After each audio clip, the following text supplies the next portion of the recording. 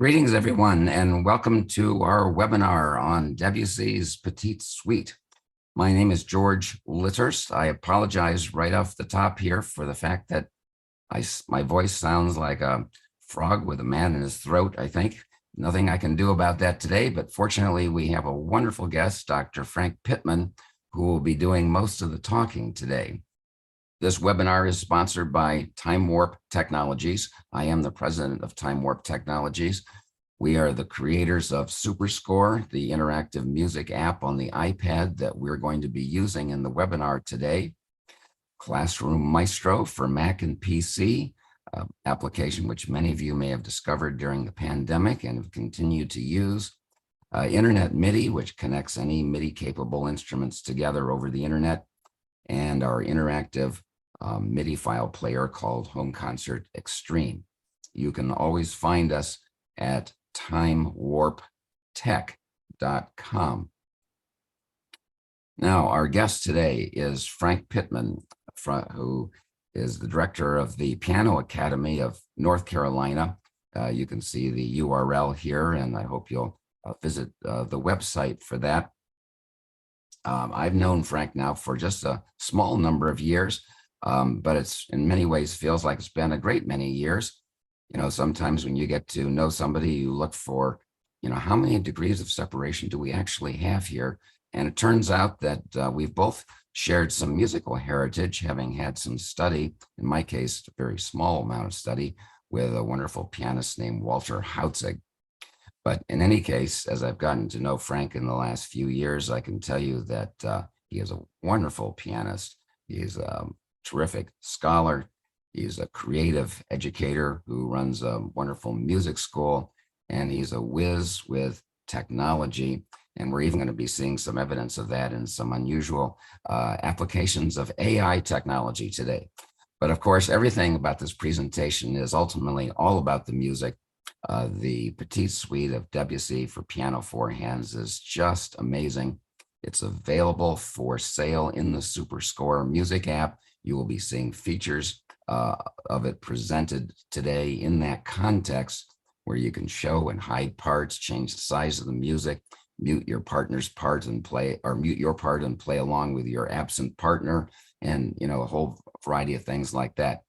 But in this presentation, Frank is also going to give us a mini dive into the history of Debussy, his world, and the creation of this work.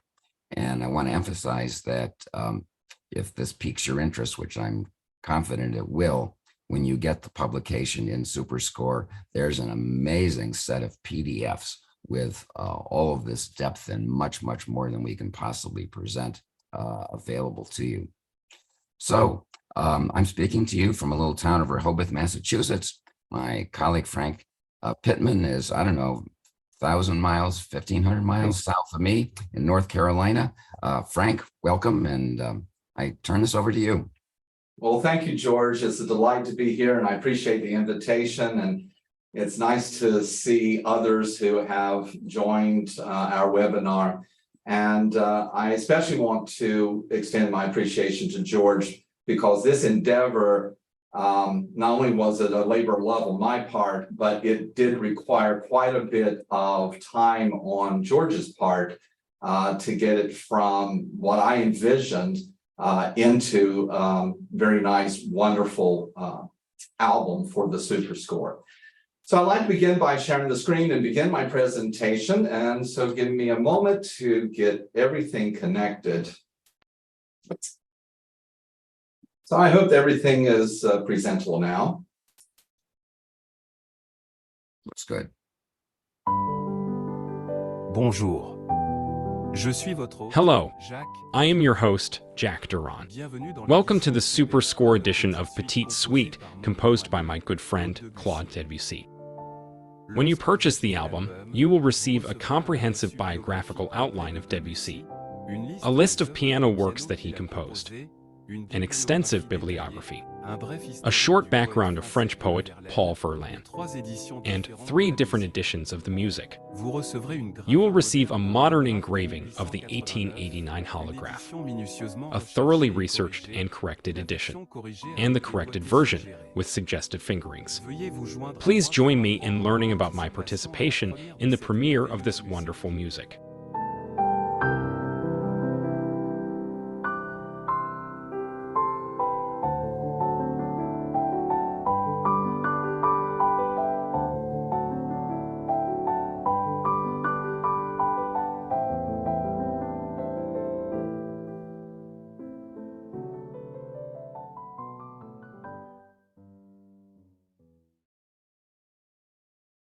So I'd like to begin by describing the front cover of the SuperScore album. Petite Suite has 4 movements, and I selected a painting that represented each movement. And the first movement is called En Bateau, by boat, and this painting is by Claude Monet, called Impression Sunrise, dated 1872. The second movement of the suite is Cortège, translated in French to procession. And the artist is Elihu Vedder, an American painter. This painting is called Wedding Procession. It was completed in 1875. The third movement, entitled Minuet, and I thought it would be appropriate to actually show a painting of a minuet, and this is by Italian artist Giovanni Domenico Tiepolo, and entitled The Minuet. The date of this painting is 1756. And the final movement, entitled Ballet, I selected a painting by Edgar Degas, French artist, and the title of the painting, Two Dancers on a Stage. So that represents all 4 of the movements in the Petite Suite. Debussy's output was quite extensive across several different musical genres. He was quite prolific in writing for voice and piano. The numbers that you see, for example, the solo number 61, that includes just single songs as well as collections of songs. Collections would be Ariette Zumbile and Fête Galante. Those would be sets, including single songs, one of which is Clair de Lune, vocal piece. We'll talk about that later. He also wrote several wonderful pieces for chorus, particularly with orchestra, 2 a cappella. And many of us know of his orchestral works, La Mer, the Sea, Prelude to the Afternoon of Faune, Nocturnes, and Images for Orchestra. And his orchestral colors are just absolutely beautiful. And through the discovery of working into the depth of Petite Suite, I discovered that Debussy wrote a piece for piano and orchestra called Fantasy, and it was completed in 1890, but unfortunately it was not premiered until 29 years later after he died.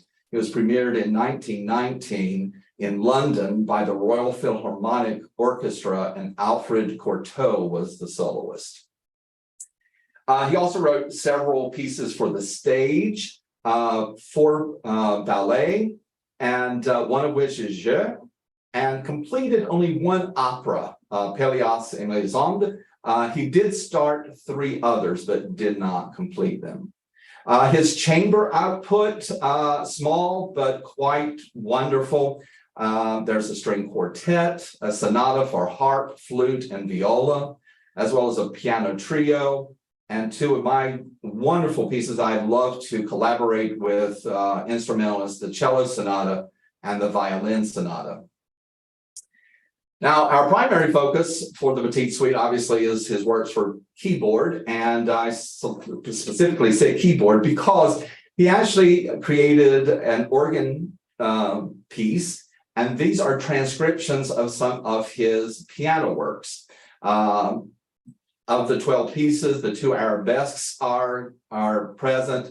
Some of the preludes, such as the Sunken Cathedral, Girl with the Flaxen Hair, all 4 movements of Petite Suite, and as well as the 12 pieces conclude with the prelude to his piece, The Prodigal Son, and that is the piece that earned him the award, the Prix de Rome Award, which I'll discuss shortly. But that was the top prize for composition. So the prelude to that is included in the organ transcription. Of course, many of us know the piano solo works. Again, the number 34 simply represents either a single work such as Reverie or Les Joyeuses, but it also includes sets of works such as both sets of images. So each set would be included as one. Children's corners, the 2 books of preludes, the 2 books of etudes.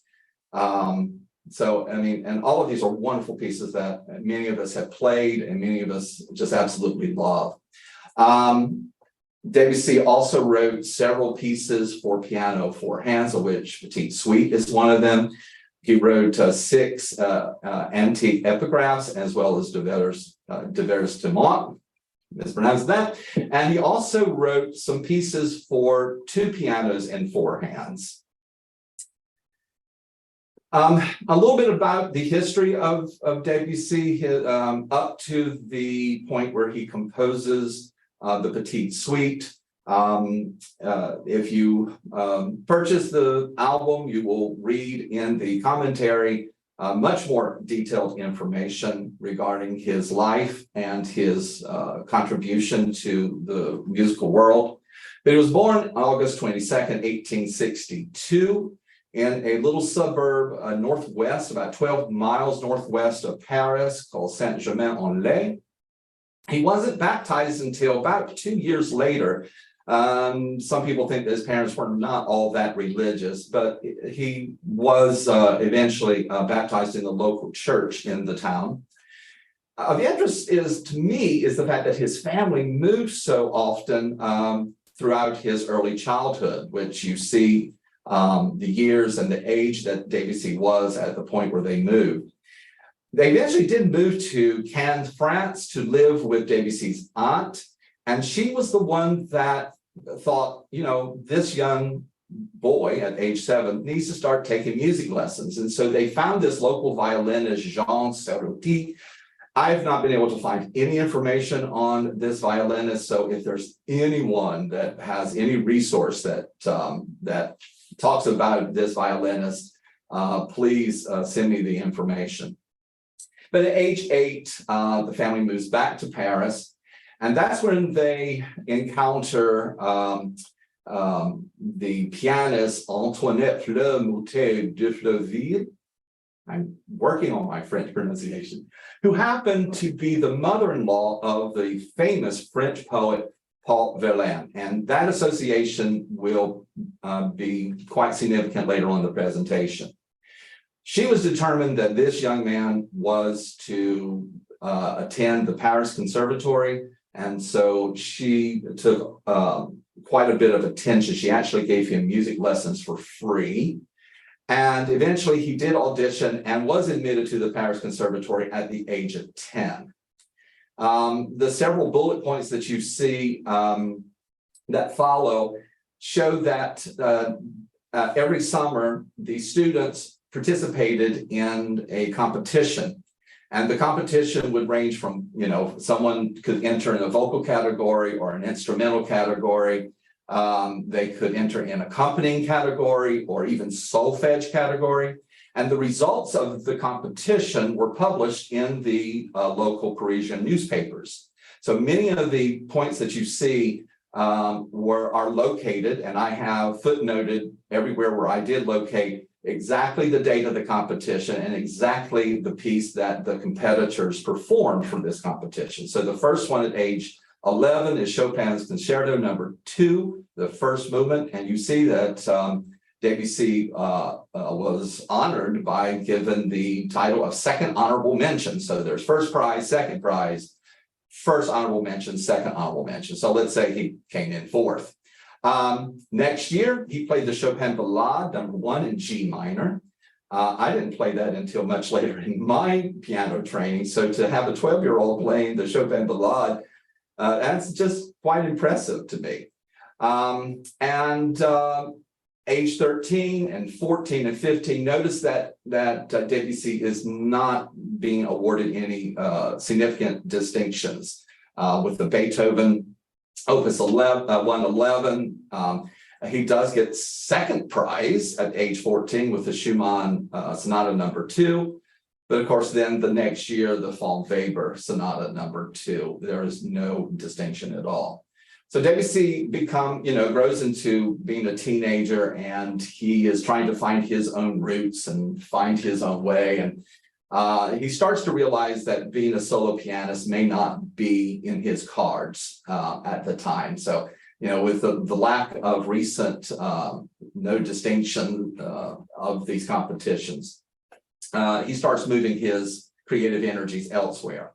But do notice that at age 17, he does get first prize, not in the piano solo category, but rather in the accompanying category. And I was not able to find what pieces were being performed, but this was his only time that he received the first prize.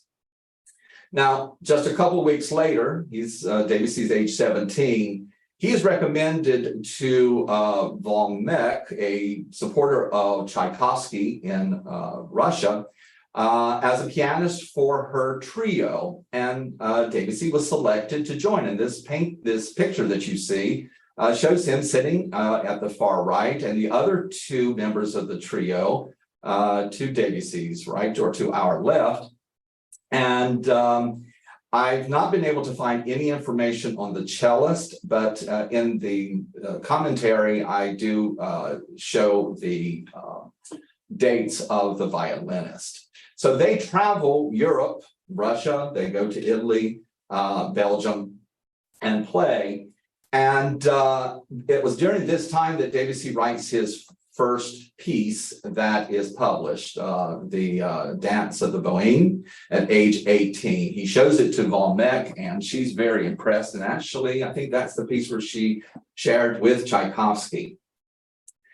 So a couple of years go by, and Debussy submits a piece called The Prodigal Son for consideration for the top prize, compositional prize at the Paris Conservatory called the Prix de Rome. And he earns first prize for that piece. And that gives him a 3-year residency to study in Rome at the Villa Medici. And at age 22 in January, he actually moves to Rome. Now he's attending the sessions there, and he's not quite a good fit. But he does play quite a bit, and many of the dates that are known, I've included in the commentary. One significant performance, Debussy played, was one of two pianists. It's a transcription for two pianos by Franz Liszt of his Faust Symphony, and that occurred in 1886. So, Frank, we were talking about that one last night, and you had mentioned that there was a report that Liszt fell asleep during the performance, and I did point out that that was the last year of his life, and he died only a couple of months after that event. Right. Liszt was quite old. He had visited the school, and Liszt eventually died in July, 7 months after this. So that is the one time, I guess, that we could say that Debussy and Liszt's lives interacted. But earlier I mentioned that he was not a fan of traditional harmonic way of writing music. He was sort of a lone shark in that regard. And so he's not comfortable. And he ends up, after only 2 years in Rome, he resigns from the residency and he moves back to Paris. And while he's there, that's when a year later that he visits Bayreuth, Germany, and attends the Bayreuth Festspiel. At the Festspiel is when the several operas by Richard Wagner are produced, and Debussy and his compatriots were present during these performances. And we do know that he did like the sort of the philosophy of Wagner's writing and his compositional output. That does change in Debussy's life, where he is not so much in favor of the music of Wagner. But now I would like to share with you a video that will narrate the fascinating encounter that occurred at the premiere of the Petite Suite in 1889. 1889, the piece is published by Durand Publishing Company, and one of Debussy's classmate was the son of Auguste Durand, and Jacques Durand was the other pianist at the premiere. So I'd like to go ahead and share with you a narrative video that describes the encounter. On March 1st, 1889, 26-year-old Claude Debussy and his former Paris Conservatory classmate, 24-year-old Jacques Durand, sat down at a piano in the Durand family salon in Paris. They were prepared to premiere Petite Suite, composed by Debussy. The four-movement work had recently been published a few weeks earlier, on February 12, by the publishing company owned by Jacques' father, Auguste Durand. In his diary, Jacques wrote that Debussy was a bit uneasy ahead of the performance. Debussy was very nervous before sitting down at the piano with me and had urged me not to go too fast. I promised. But hardly had we begun when Debussy began to hurry, and despite all my efforts, I was unable to hold him back. He was in haste to put this public trial behind him. So I followed the somewhat hectic tempi as best I could, and the work finished with a brio that was probably an important factor in the polite sympathy with which the work was finally greeted.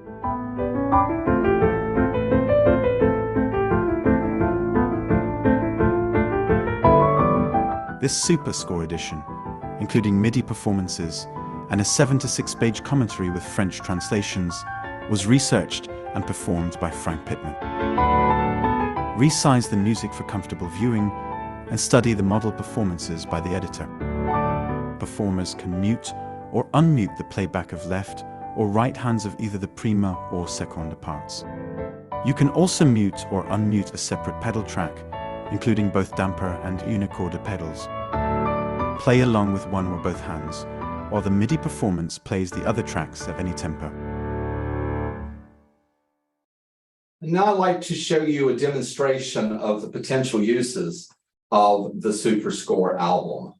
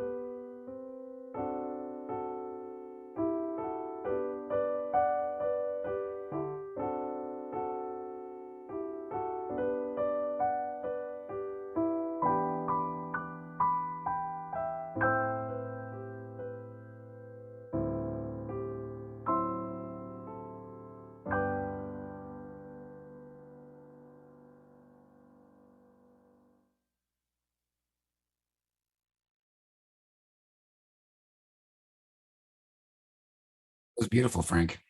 Thank you, George. I have a digital player piano, and it was recorded while I played the prima part, and the SuperScore app was tied into my player piano. And so what you were watching was the interaction of me essentially playing a duet with myself. You can tell if you go back and see this video again that it was live recorded, because there are a few mistakes, few miscalculations, some tempo adjustments in the video. And I thought, I'm not a professional producer of the videos, and it may not be a perfect performance, but it does show the potential of the SuperScore app as one can use it to practice by. And slight tempo adjustments. The all parts, but with each movement was recorded first as the seconda part, and then when I recorded the prima part, I had the seconda part in playback. So the tempo of the prima part was adjusted to the seconda, and then of course post-production I was able to make sure that it was a very nicely coordinated performance of all of the music. So in the commentary, there are 4 parts of the commentary. These are the PDFs that will be included in the album. Actually, Frank, yes. could I just interrupt for just a moment? It was really extraordinary, I thought, to see the seconda being played by your piano as you were playing the prima on top of it. But not everybody has, of course, a high quality MIDI driven player piano. So what are some of the other alternatives for playback? Thank you for asking, George. The one of the most wonderful aspects of SuperScore as an educational device is that it's got a wonderful internal grand piano sample. And so all one would have to do is, and I can demonstrate that later on in the presentation, where you can select the playback and it comes straight out of the speakers of the iPad, which you could augment a little bit if you want to plug in external speakers, or just out of the iPad itself is a very nice feature. And the quality sound of the grand piano that SuperScore has is just top notch. So that would be one way. And if you have a MIDI capable instrument that is just a digital instrument, and you can connect your iPad to your instrument in a variety of different ways. But there's a MIDI connection from the iPad through SuperScore. George, you may want to elaborate a little bit more than I can, but you just simply connect your SuperScore app to your MIDI capable keyboard. And when you play it on when you hit the play button, then it comes out of your keyboard. So you get the chance to hear the player, even though visually you were able to see the keys moving here, but you got either coming out of the app itself, or you can connect it and you can hear it through your keyboard. That's true. And of course, there are a variety of different ways to make that connection, and we won't be going into those today, but suffice it to say, a cable can be connected between the two, a simple USB cable, or there are even wireless solutions, which are really quite magical. And then when you do that, for the student, for example, Frank is actually right there inside their piano playing along with the student, which is a pretty remarkable thing. And at any tempo, of course. Right, you can slow down the tempo to suit the level of the student's progress. The tempo is flexible since it was recorded without the aid of a metronome. There are some fluctuations, which if you are rehearsing, the goal would be to build your ensemble playing skill. This would be an ideal environment to have students practice at home with a partner. It would be me, it would be my recording, but the very subtle tempo changes, you may elect with your partner live to do it slightly differently, but there are some subtleties that you can start listening for and try to match, which would be similar to if you played with a partner live. So.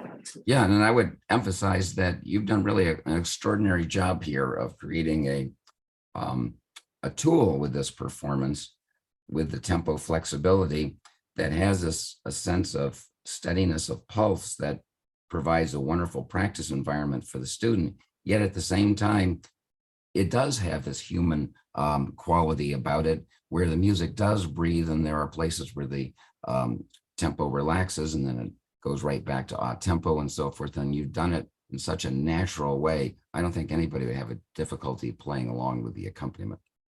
Well, I appreciate that. Now, I've performed this entire suite. I think one of our guests in Charlotte, Margaret, is my colleague who has helped me learn more about this when we performed it many years ago. And we selected different tempos for our performance. But the goal of this is to provide a platform that would be more accessible. So the extreme tempo changes have been modified significantly so that it's an easier application for someone who's playing along with it.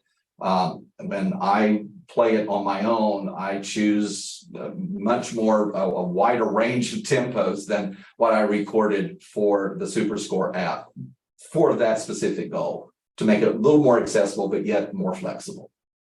So, okay, so I'd like to talk a little bit more about the commentary, and that will be part of the album when you publish it. The first part is basically how to use the interactive score, my points of views of how you can make the connections, selecting the tracks, how to play along with it. I do have some incipits, the little samples, so that you can see the score. And I've included performance directions. Now, in the Petite suite, Debussy uses both the directions in Italian and in French.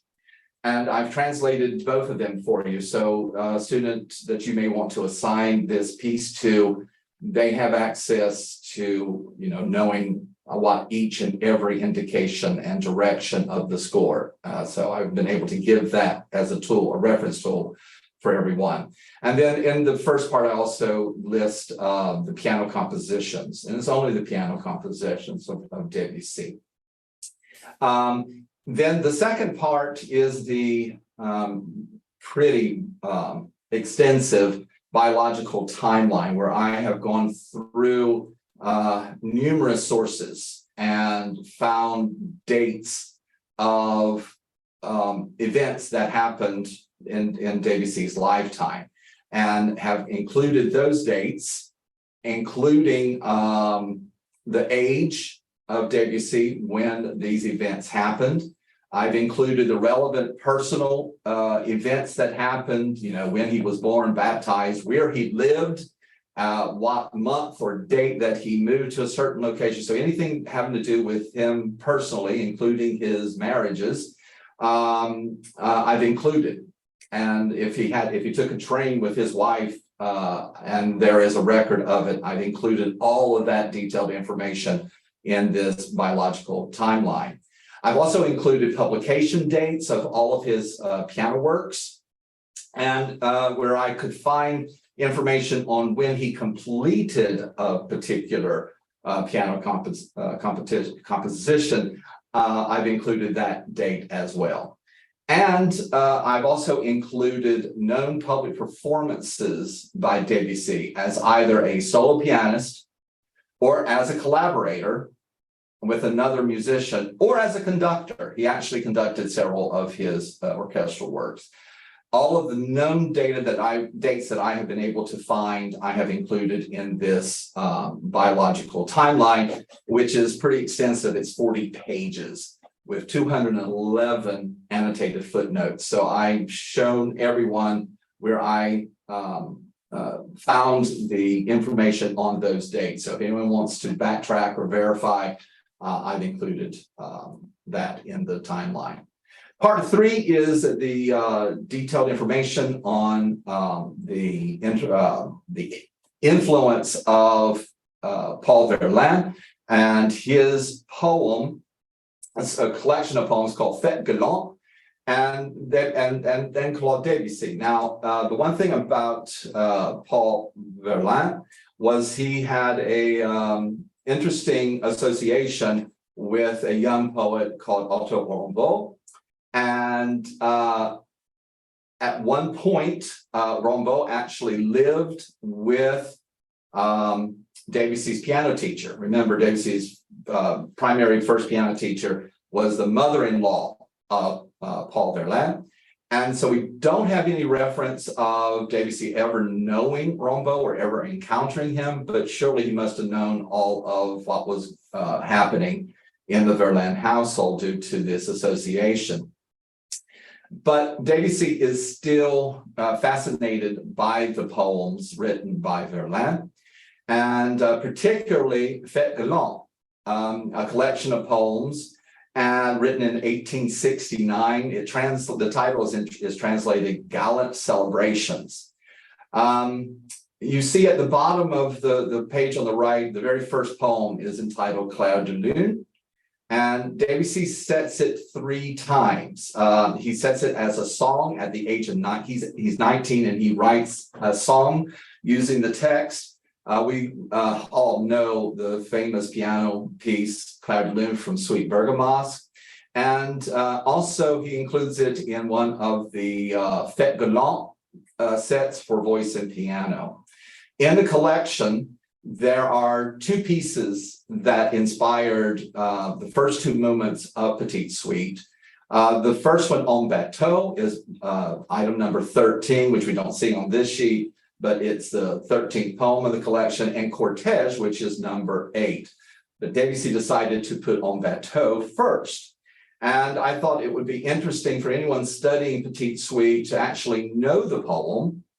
I've given it to you in the original French, as well as my own poetic translation. It's not a rhymed translation. It's quite nice to read it in the original French because of how clever the rhyme schemes are, but you remove some of the important information from the poem if you try to make a poetic rhyming translation. Then the fourth part is the where I include all the detailed information on all of the images that I used in the commentary. I go through and give more information on each of the cover arts or the arts that are on the cover of the album. All of the photo attributions used in the commentary are listed and the legal codes to be able to use them. The bibliography section is fairly extensive. This first sheet, I show the primary sources I used for the edition. I started with the holograph version, the handwritten version that Debussy presented to the publisher. And that is one of the sets that you receive is a modern engraving of that. So all the mistakes, all of the slurs in the wrong places, the crescendos in different locations, all of that is meticulously put into the holograph version. So I've listed all those sources. We'll talk about that in just a moment. But the rest of the bibliography includes all the books in print that I went to, There are 25 books on the list, 10 sources, newspapers of contemporary newspapers of the day, and 96 online resources are included in the part 4. My primary source was the handwritten holograph, which has lots of errors, engraving errors. Some of those engraving errors did make it into the first edition, published, as we saw earlier, February 12th, 1889. And I thought that it would be a good idea to try to come to some modern, researched, corrected version. And I looked at a variety of other sources that occurred during Debussy's lifetime. As we know that Jacques Durand was the son of the publisher, Auguste Durand. He published some 17 years later, a solo piano version. So if ever there was any question of conflict between notes or slurs or staccatos or any details in the music between the holograph and the first edition, I then sought out other versions that occurred during Debussy's lifetime, including the solo piano version, the Henri Busset orchestration, which many people know Petite Suite. I would say probably better known as the orchestration version, but I also refer to it in case there were any issues with a double sharp that might have found its way. And I saw that the orchestration had just a single sharp. Then I conferred with the other versions just to make sure everything was accurate.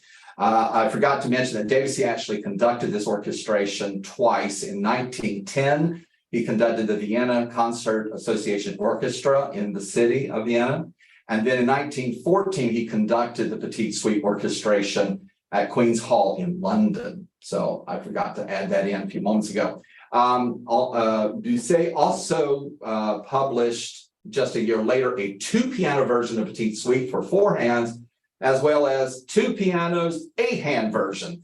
So there were lots of resources for me to scour through to be able to come up with some answers. And I think the version of the Petite Suite edition of SuperScore has come to some reconciliation by some of the issues with that.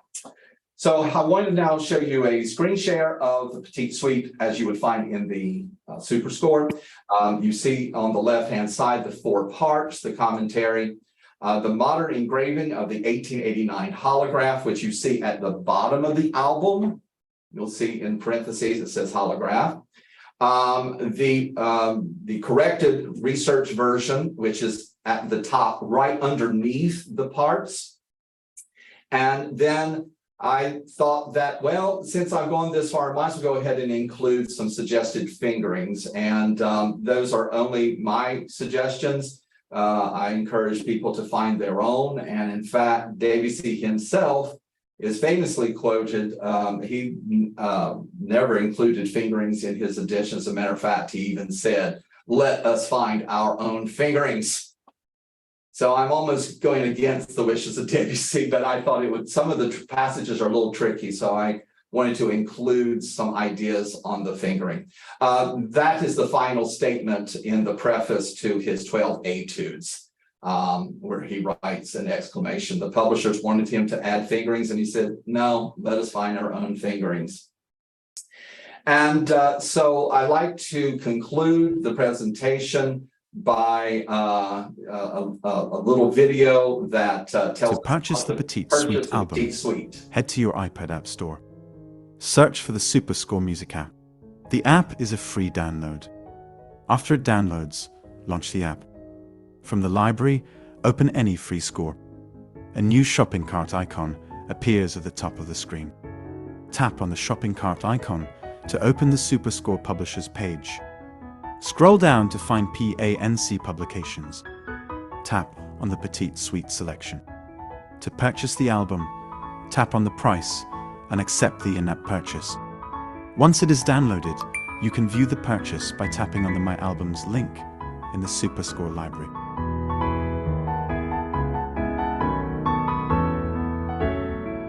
On behalf of Jacques Durand, We hope you enjoy the SuperScore edition of Petite Suite, published by PANC Publications.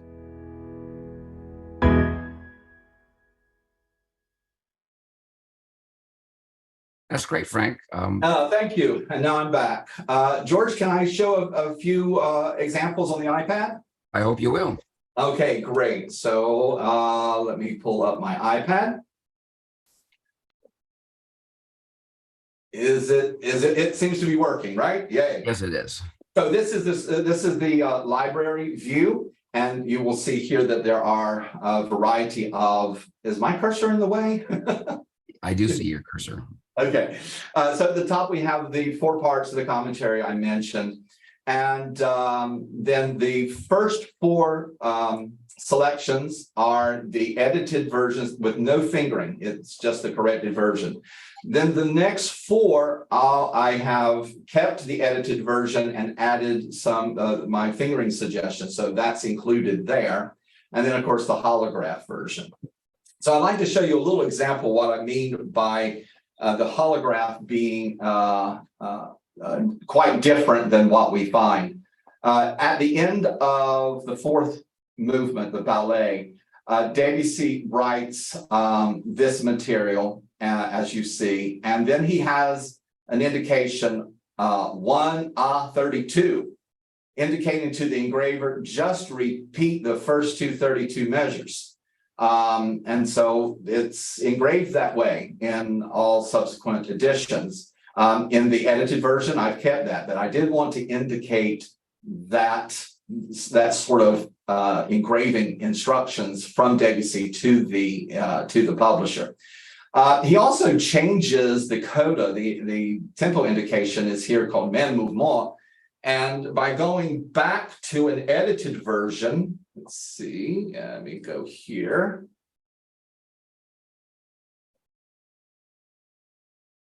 And I'll scroll to the exact same location. We'll see, there's the repeated material. And as I approach the coda, we can see that WC subsequently changed the tempo indication to mouvement de valse à un temps, meaning in the tempo of a waltz in 1. And that is across the remaining editions. So from the autograph or the holograph to the first edition, that has been changed. So I did want to show that. I'd like to go back and actually give a little sample of the other movements. And in doing so, we can see some of the wonderful potential that SuperScore has for this. The one thing that I love about SuperScore is the fact that it has a liquid music display that you can change the size. Of course, with someone with my vision, that's a little too small on the iPad. So to have the ability to be able to increase the size is a beautiful thing. But one can also go up to the parts. And if you're practicing just the prima part, you can deselect in the display, and you only have the part you are working on, the prima part. And that makes it, helpful for an individual not to get too bogged down with the clutter of your partner's part. And so we have the capacity to choose either to display the prima part or the seconda part. Frank? Yes. While you're showing just one part, would you play about 8 bars or so and let us see what the page turning looks like in that context? Absolutely. So I'm going to turn off the prima and just play the seconda recording, and we'll see the page turning automatically as you're rehearsing, which is another wonderful feature of SuperScore.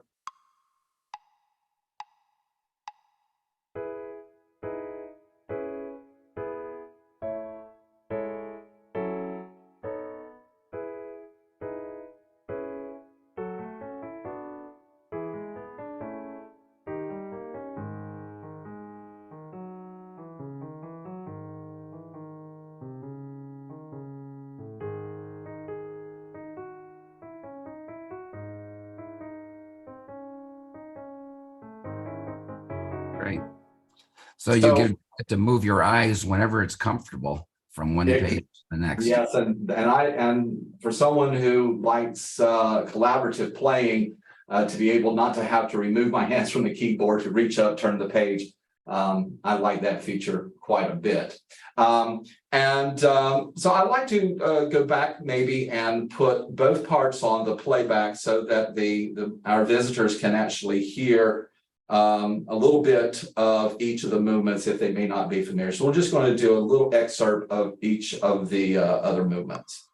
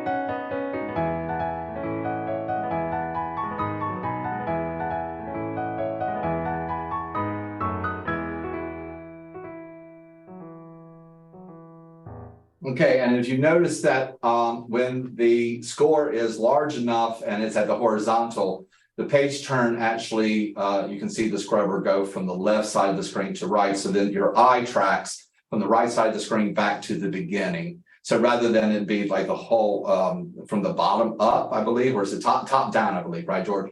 Right. Page turn, right. This was a great example of the other version of a page turn where it shows you the left side of the screen so that your eye tracks from the right side of the iPad to the left side, and that way you don't miss very much. Right.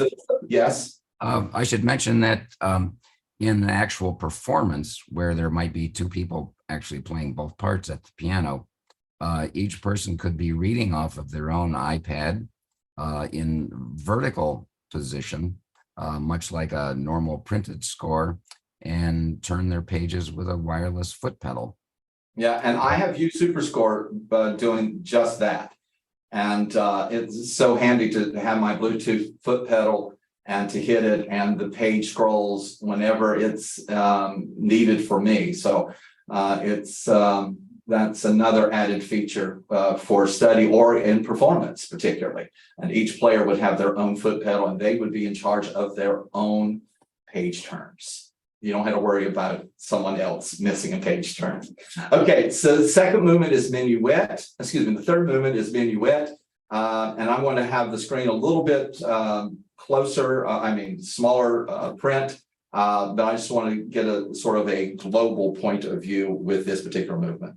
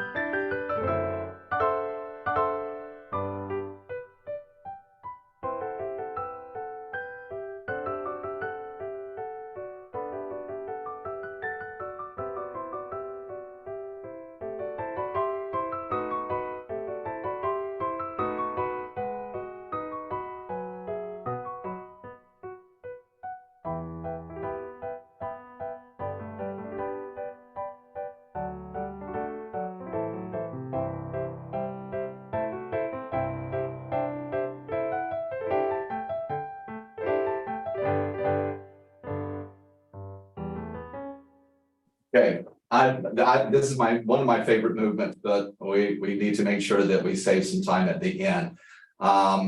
Yeah, this is a beautiful movement, one of my favorite pieces. I would like to have just a little bit of moment to talk about the final movement.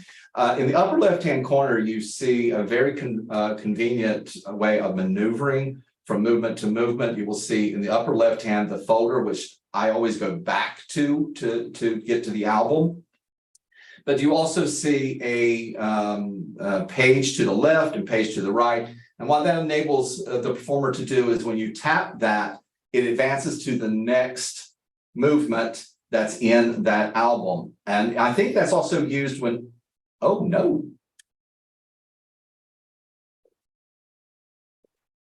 Wonderful uses of technology for sure. But I think it's also used when you create your own individual album of different pieces. Is that right, George? You can go from Yes.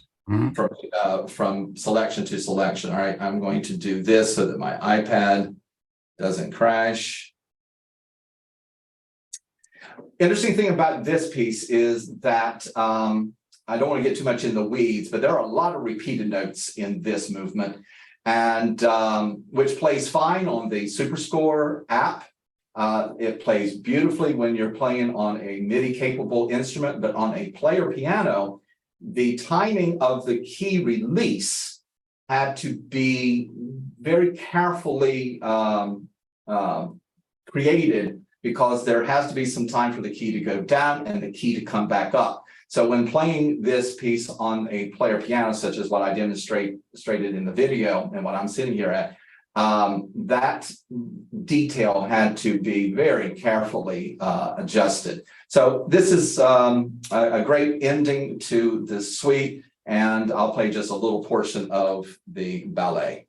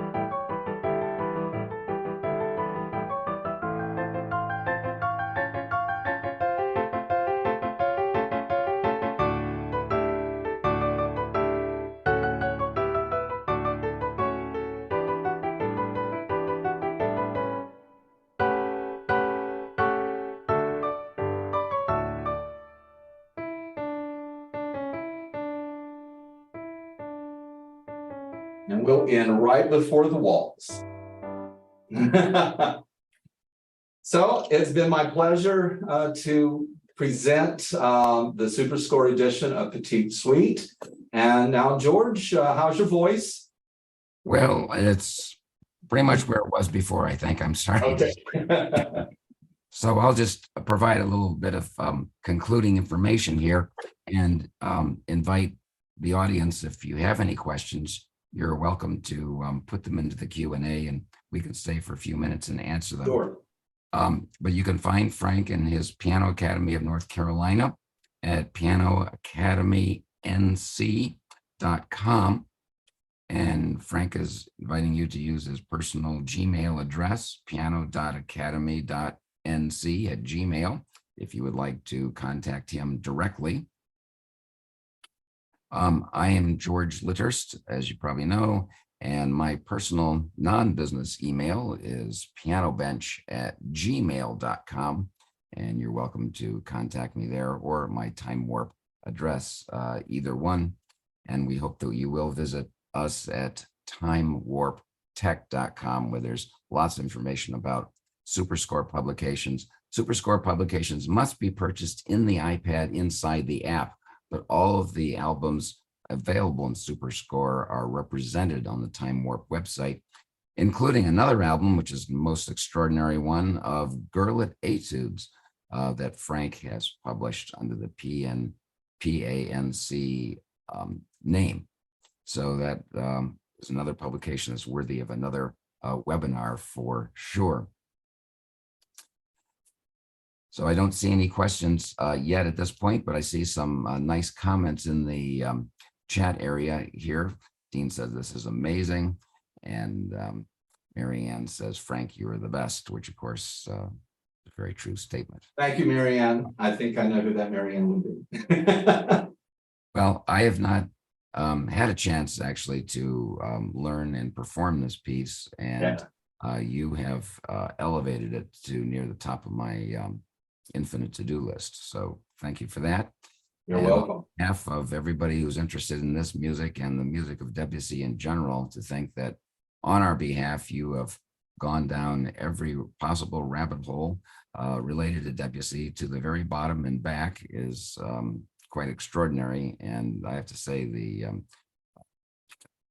commentary that you've put together is just totally amazing. Well, I appreciate it.